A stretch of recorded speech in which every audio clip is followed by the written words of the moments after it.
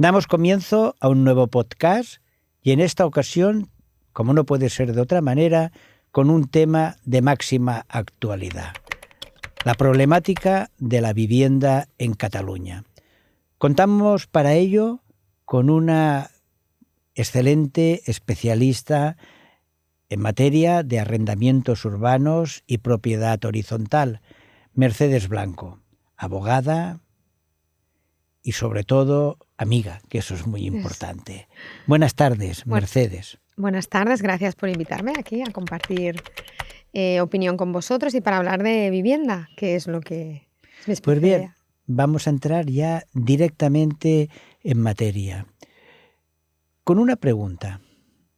Soy un pequeño tenedor, no llego ni a cuchillo, o sea, tengo 2 viviendas nada más, y una de ellas tengo un inquilino que se le finaliza el contrato dentro de 6 meses. ¿Qué me aconsejas como profesional en la materia? ¿Volverlo a poner en arrendamiento el inmueble? ¿Venderlo como consecuencia de este éxodo que se está viviendo en Cataluña en materia de vivienda? ¿Qué aconsejarías a un cliente ante una situación de este tipo? Bien, yo depende de las circunstancias de cada cliente. Es decir, nosotros nos encontramos con un día a día. Yo tengo clientes que han tenido un ahorro, han realizado un ahorro durante toda su vida y lo han invertido en vivienda y ahora tienen una edad y sus circunstancias, porque se han ido a vivir fuera, porque deciden hacer líquido ese patrimonio, deciden no renovar y porque hay una incertidumbre o hay una inseguridad jurídica en el caso de que exista un impago, ¿no?, para ellos. Y me comunican que deciden no alquilar o porque necesiten el inmueble y se notifica la resolución del contrato, la no renovación, y en ese caso pues normalmente lo ponen a la venta. Ahora bien, hay casos también que lo necesitan para uso propio.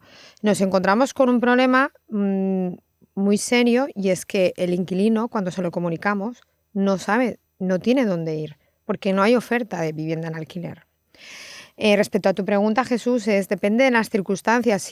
Si el propietario lo que quiere es seguir manteniendo ese inmueble porque va a obtener una rentabilidad que ya sabemos cuál es, porque va a ir vinculado al índice de referencia de precios, en ese caso, o al contrato anterior, depende, ¿no? Pero en ese caso, pues se mantiene la vivienda y se busca la opción, en el caso de que no le quiera renovar, de otro arrendatario. Y si no, normalmente lo que se produce es una renovación automática si el arrendatario está cumpliendo con el contrato y existe una relación contractual normal. En estos momentos y en 5 minutos, ¿cuál es la situación legal en materia arrendaticia en Cataluña?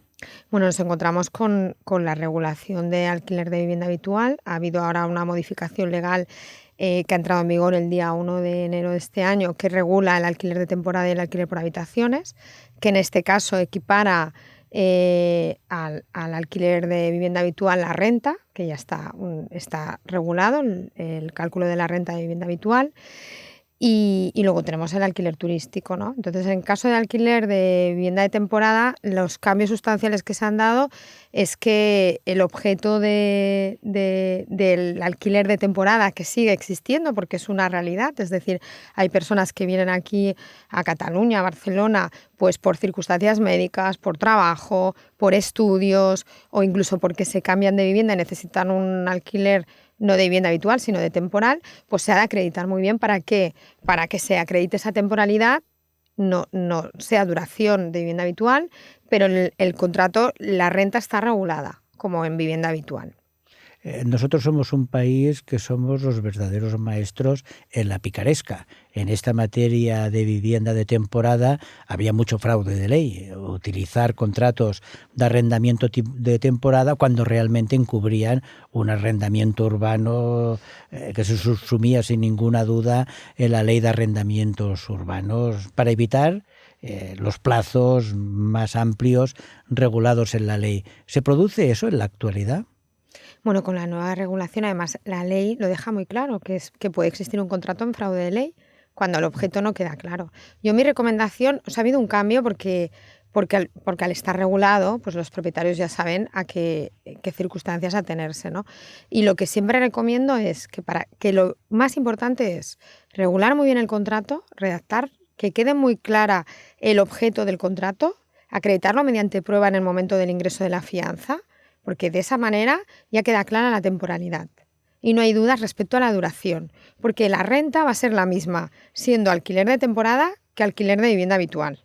Entonces, lo importante es acreditar la temporalidad de ese contrato. Esta nueva figura jurídica que ha aparecido para soslayar la ocupación ilegal y estas propuestas legislativas que están en marcha, ¿realmente existe una inquiocupación que el trasfondo es una estafa, que hay engaño para obtener la posesión de un inmueble sin pagar? ¿Realmente se produce como práctica habitual? Bueno, yo realmente en mi día a día yo trabajo mucho vivienda habitual, no tanto en este caso, pero no se nos ha dado casos en este caso de personas que formalicen un contrato y sean luego una inquiocupación, como comentas, ¿no? Lo que se nos da más es la situación de no renovación del contrato, de comunicación, de extinción del contrato arrendaticio, y que esa persona se mantiene en el contrato porque no tiene dónde ir. Pero en mi caso en concreto, sé que existe, que se ha dado con algún compañero precisamente, pero actualmente el grave problema que tenemos desde mi punto de vista es que no hay oferta, que las personas no tienen dónde ir si tú no les renuevas el contrato, y que luego pasan a la cola o a la lista de la selección de muchos candidatos, y que el propietario elige o puede seleccionar a un determinado candidato más solvente, y hay un grupo muy importante de personas que solo pueden acceder al mercado del alquiler y que en este caso se quedan fuera. Y aquí tenemos un gran problema. ¿Realmente hay un problema de vivienda en Barcelona? Muy grave. Hay un problema muy grave, porque ahora mismo tú pones un anuncio de vivienda en alquiler. El otro día un compañero me comentaba que le habían llegado 400 solicitudes. O sea, el problema está latente, es ahí. Nosotros en las oficinas nos entran preguntando si tenemos locales. Les decimos en los locales no, o sea, locales porque sabes que no van a desarrollar ninguna actividad, con lo cual la gente no sabe dónde entrar. O hay el caso está claro que ocupan o se pactan vivir en habitaciones en condiciones que no son las adecuadas porque no tienen dónde vivir, ¿no? Entonces, es latente que hay un problema y que se debe, desde mi punto de vista, intentar dar seguridad, incentivar la oferta, y que los propietarios que tienen ahora pisos de alquiler, que además ese alquiler que perciben es un complemento a la pensión, a un complemento que ellos han ahorrado para tener pues un desahogo en su jubilación, que esto se da, pues que no tengan el temor de volver a alquilar, ¿no? Y incentivar que vuelvan a alquilar, y que además ese patrimonio que ellos tienen, si lo mantienen de cara a su familia, que no exista ningún problema futuro. O sea, esto es importante, porque si no, lo que dicen es, bueno, pues lo vendo y ya veré lo que haré, ¿no? Porque es la situación que estamos viviendo. Cuando se publicó la ley de vivienda, yo sostuve en varios artículos que realmente el legislador lo que había hecho de facto es derogar la propiedad. Esa era mi tesis. ¿Qué opinas tú con respecto a la ley de la vivienda y después ya del tiempo que está en vigor, sus efectos prácticos? Bueno, lo que veo, mi experiencia en el día a día es que se ha intentado fomentar o tomar unas medidas de cara a regular el precio, pero el resultado final es que hay menos oferta. Y no se ha trabajado para que exista más oferta, ya sea con operadores profesionales, que en otros países funcionan, es decir, o fomentar que exista vivienda en alquiler con parques de obra nueva de vivienda en alquiler, pero al final el mercado del alquiler, somos un país eminentemente de propietarios, más que de inquilinos, pero tiene que existir el paso previo de ser inquilino para llegar a ser propietario, ¿no? Y ahora mismo, pues ahora mismo nos encontramos con esta situación, que hay muchas personas que no tienen capacidad de ahorro para poder acceder o para poder endeudarse solicitando una financiación para adquirir una propiedad y tienen que estar en el mercado de alquiler de vivienda y no existe. Ese mercado ahora mismo es prácticamente inexistente. Me quedan por hacerte 2 preguntas. Sí. Dejaré los pisos turísticos para el final, la segunda pregunta, y la primera es una reflexión. El decano del Colegio Notarial de Cataluña, José Alberto Marín, sostiene una tesis, la tiene por escrito, en conferencias y en charlas la viene comentando, que yo la suscribo. Él sostiene la tesis que hace falta un pacto de Estado de la vivienda y empezar de cero.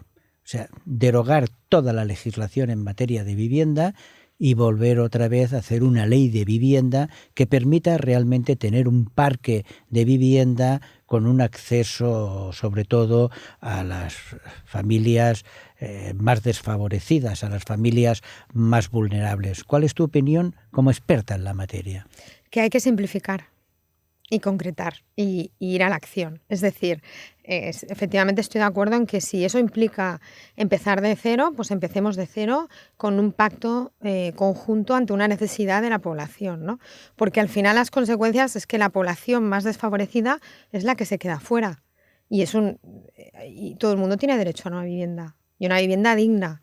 Entonces, empezar de cero y simplificando trámites y potenciando y trabajando en colaboración público-privada con los diferentes operadores profesionales que existen para ayudar en ello. Es decir, pues todos, desde ámbito jurídico, ámbito de intermediación, ámbito de construcción y ámbito de promoción, por ejemplo, ¿no? Pero para poder llegar a un objetivo hay que facilitar y hay que ponerse manos a la obra. Explícanos, ¿cuál es la situación actual de los pisos turísticos, de los apartamentos turísticos o de las viviendas turísticas, llámale como quieras? Bueno, la situación es que se suspenderán las licencias en el 2028 y bueno, es un parque de viviendas que no sabemos qué ocurrirá, ¿no? Al final es cierto, porque yo que llevo comunidades de propietarios, que cuando tienes una vivienda de uso turístico en una comunidad es un foco de problemas, es decir, y de problemas de convivencia con los vecinos, ¿no? Y aquí, y de hecho nosotros nos encontramos que muchas comunidades de constitución de obra nueva lo primero que piden es la prohibición de usos turísticos en esa comunidad para que realicemos los trámites legales. Pero bueno, es un parque que no da la solución a la situación, es una mínima solución a la situación que existe hoy con la no oferta de vivienda en alquiler. Y luego no sabemos si esas viviendas turísticas de alquiler turístico van a ser destinadas a vivienda de alquiler habitual, que es lo que necesitamos o lo que se necesita, ¿no? Porque son viviendas que seguramente que la propiedad ha hecho una inversión, que no sabemos si luego la recuperará o la amortizará con un alquiler de vivienda habitual. Con lo cual, mi experiencia es que seguramente irán al mercado de venta. ¿Podemos ser pesimistas a 5 años vista en la situación arrendaticia de la ciudadanía? No me gusta ser pesimista. Sí que es cierto que hay una voluntad política de hacer y de hecho hay un plan de 50.000 para construir 50.000 viviendas, pero bueno, hay que accionar más, hay que facilitar los trámites, hay que potenciar a los agentes que lo pueden llevar a cabo, porque si no, no se puede llevar a cabo. Entonces, solucionar esto en un año es muy complicado, pero a lo mejor a 5 años sí que podemos encontrar una solución, ¿no? Quiero ser positiva y no pesimista. Sí, se ponen los medios para hacerlo. La verdad es que desde que tengo uso de razón política, siempre prometen parque de vivienda, 50.000 viviendas, 50.000 viviendas. La verdad es que si se hubiera cumplido en los programas electorales esas propuestas, no sobraría el parque de vivienda. El drama es que una vez se se legisla o se empieza a legislar, nunca aparecen esas famosas viviendas. Se quedan en muy poquitas construidas en viviendas sociales. Esta es la realidad. Pero no te preguntaré sobre eso, es una opinión que yo doy. Y ya por último, te he dicho 2 preguntas, pero ahora es una consulta. ¿Qué hago si mi inquilino, por fin he conseguido ponerlo en alquiler, mi inquilino no me paga la renta? ¿Cuánto crees que tardaré en recuperar la posesión del inmueble? Depende. Es una muy buena pregunta, Jesús. Depende. Nosotros nos encontramos en situaciones que hemos tardado bastantes años en recuperar la posesión del inmueble y con propietarios que están pagando una hipoteca.